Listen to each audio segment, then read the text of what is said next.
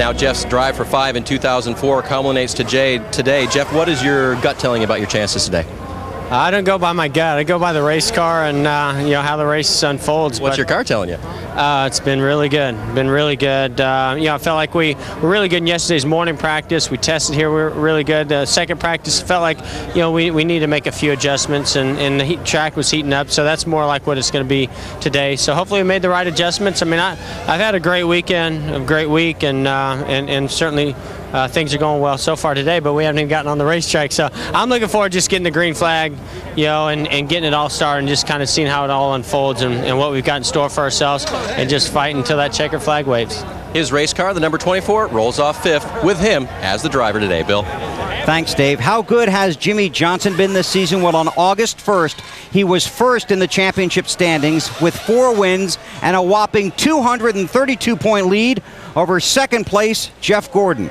How good has Jimmie Johnson been in the last month? 4 wins in the last 5 races. He's the number 2 man in the standings. A man on a mission. Jimmie Johnson, too strong. You are the man. You know that? The message he left for him today, tame this. Throughout the 2004 season, it looked like Jimmie Johnson had the championship within his grasp, cementing his role as the man to chase when the season got to its final 10 races. Yeah! That's it! Domination! But when the chase took off at New Hampshire, Johnson's championship charge stalled. Just one top 10 finish in the first 4 races. Trouble behind the leaders. Jimmie Johnson, another championship contender across the track to the inside on the grass. Then beginning at Charlotte, Johnson and his crew rallied from their lows to a new career high. 3 straight wins. He went from 9th in the 10-man chase to 2nd. That's right, my house! Woo-hoo-hoo! Each morning that I woke up for these races, I knew we were going to have a good day, but I had no idea we were going to win that often or that many. So it's really shown, it's shown a lot to me that if it's meant to be, it's meant to be, and that's been my whole mindset now with this championship. Johnson and his crew never celebrated their Martinsville win. Instead of going to victory lane, they learned that a plane had crashed, killing 10 people, family and friends of Hendrick Motorsports. The following week in Atlanta, Johnson and the entire Hendrick organization still managed to race and win, not in spite of what happened to their friends, but inspired by the memory of their friends. And loving memory all the way. It would be hard to find a more emotional moment in sports this year than the checkered flag in Atlanta, until you got to victory lane. It's what you wanted. There's no medicine like that.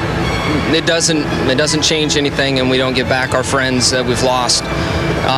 But it sure makes it feel better to do something like this, and it's just unbelievable. As you can imagine, lost for words, and the 6 car was coming, but I had 10 angels riding on this race car. In just 19 days, Jimmie and his fiancée Chandra Janway will be married. This season has served as a reminder to many that there is more to life than racing. But being this close, with so much on the line and so many people to win for, Johnson knows a championship in 2004 would mean much more than just a title. It would be a tribute to his racing family and his new family. The sacrifices I made for my personal life, for my family, and pushed all that aside, it was all for racing and all to be a champion. But then with the events that have taken place, it brings on new meaning, and to be able to, dedicate it to Hendrick Motorsports and to everyone on that airplane would be something very special too. In our quest to take you places that you can never go, we're on stage with the 5 drivers for a photo op. These 5 guys have a chance for a championship, including this man, Jimmie Johnson. So how aggressively do you race, Jimmie, starting 39? Oh, we got to be aggressive. We got to get moving so that the lead lap cars don't come around and try to put us a lap down the leaders. But then after that, I mean, you have to race for this win. I mean, the 97's running good, Jeff's running good. I just got to be smart, get into the front, and race from there. Does your team perform better as the chaser? It sure seems that way, and I don't know why, but today we hope to come from 39th of all places and win the race and win this championship. I think you're going to have to finish in the top 3 to win this championship, and our team has always performed better with adversity, and with the support from Lowe's, everybody at Hendrick Motorsports, having Rick Hendrick back here at the racetrack, we're going to lay it all on the line today and try to reach those goals that I've set out since I was a little kid. Crew member Ryan McRae last week wrote "Tame This" on his gloves. Today he wrote "Team Effort." And Bill, that's exactly what it's going to take to win this championship. That's right, Matt. Thanks a lot. Rick Hendrick is the owner of Hendrick's Motorsports. He did make a return to the racetrack yesterday. He said he is not yet ready to take questions, but he did talk about his family and friends and his resolve to continue racing. To honor all of those people on that plane, I'm more committed to the sport than I've ever been. I think I'm overweight, but I'm healthier than I've been in the last 8 years, and together we're gonna continue to try to be a strong competitor and a good citizen of the sport. And we love the sport and love the people, and the folks on that plane will never be forgotten. Rick Hendrick has won 5 series championships, 4 with Jeff Gordon and 1 with Terry Labonte. Today, Jeff Gordon, Terry Labonte, Jimmie Johnson, and Brian Vickers represent the people of Hendrick Motorsports.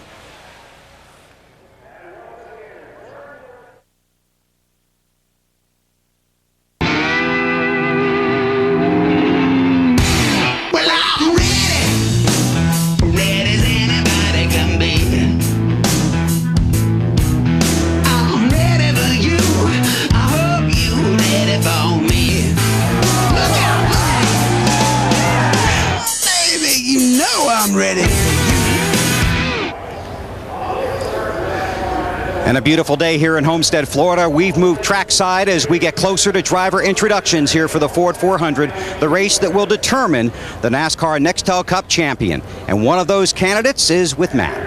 Dale Earnhardt Jr. attempted to put a Nextel Cup trophy alongside his Busch Championship hardware. 4th in points. Junior, do you race 4 cars today or 42? I don't know, you just go out there and race whoever's in front of you. We had a pretty decent car in practice. We got it a lot better, and weren't really good all weekend. Just kind of, not as good as we want to be. We want to be one of the fastest cars here, and just a little bit off. But worked real hard to get it right, and we'll see how it works out. Now, if Dale Earnhardt Jr. pulls off this title, he'll make the Earnhardts in a very exclusive club, Bill, with the Jarretts and the Pettys as the only father-son combo is to score championships. Thanks, Matt. 26-year-old Kurt Busch traded the bright lights of Las Vegas for the headlights and the headlines of NASCAR. As a rookie in the Truck Series, he won 4 times and finished 2nd in the championship standings. The following year, car owner Jack Roush put him in the Cup Series, where his brash and dash driving style has him on top of the championship standings with just 400 miles to go. In 2002, people learned Kurt Busch's name and his game. 4 wins, 3rd in the championship standings, and a friendly smile that hides his aggressive driving style. Busch got his first win at Bristol with a bump-and-run move on Jimmy Spencer that has lingered in the minds of many. Later that same season, Spencer put Busch into the wall at Indianapolis. But it was a colorful and quick-witted Kurt that seared his way into the memory of sports fans when Spencer passed by. It's been a struggle over the late spring and early summer for Kurt Busch. No more. He wins today in New Hampshire International Speedway. This season, he swept both races at New Hampshire to go along with his Bristol win in March. Once the chase for the Cup started, Busch was at his best. He dodged traffic and trouble to take a 96-point lead to Atlanta. Only 2 drivers were within 200 points. But then, his worst fear. Oh, smoke! The championship leader's in trouble. A blown engine early in Atlanta resulted in a 42nd place finish.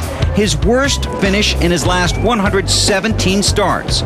Suddenly, 4 drivers were within 98 points of Busch. It's just one of those gut feelings where you just don't feel as confident as the weeks before, and I had that today. Busch was feeling the heat, but his veteran crew chief was keeping his cool. Jimmy Fennig is the calm and confident type. It is Fennig that has harnessed the raw talent and edgy emotion that is Kurt Busch. He's just 26, the smart kid in the black hat or helmet, racing for respect, fan approval, and the series championship. I'm just this West Coast kid that's it's a bit brash, a bit unknown, and comes in and can compete with these guys. And whether we win or whether we lose, it's been a positive year, and we know now that I can compete at this level, and as well as our team. And getting ready for driver introductions, Ryan Newman down here talking with Kurt Busch, 2 of the championship chasers. You were last in qualifying, but you're first on the grid. How big is that for you, Kurt? it's a big project just to be able to go out and put something together such as that on Friday and then have it come true. To start first, to have some of our other competitors behind us, we've got the mental advantage going in because they know they have to catch us now. And we've got the lead in points as well, so it works both ways. How good is your race car? It's as good as I could possibly make it. The crew did their adjustments on it. I drove it the best that I could in happy hour to find small things wrong with it. Not all out speed, but just the balance of being loose at the beginning of a run versus tight at the end. And so it's just one of those days where everything comes out, it's all on the line, and I'm anxious to get this started. You always talk to your crew before the start of the race on the radio. Do you know what you will say to them today? It's going to be short and sweet. We'll be listening. Best of luck. You got it. Kurt Busch will lead them to the checkered flag, hoping to bring home the championship. But it's not just about the drivers today. The pressure's on the pit crews as well. This championship race is so close, the Cup could be decided by one dropped lug nut. Life in the pits when the Discover Card Countdown to Green roars on from Homestead, Florida.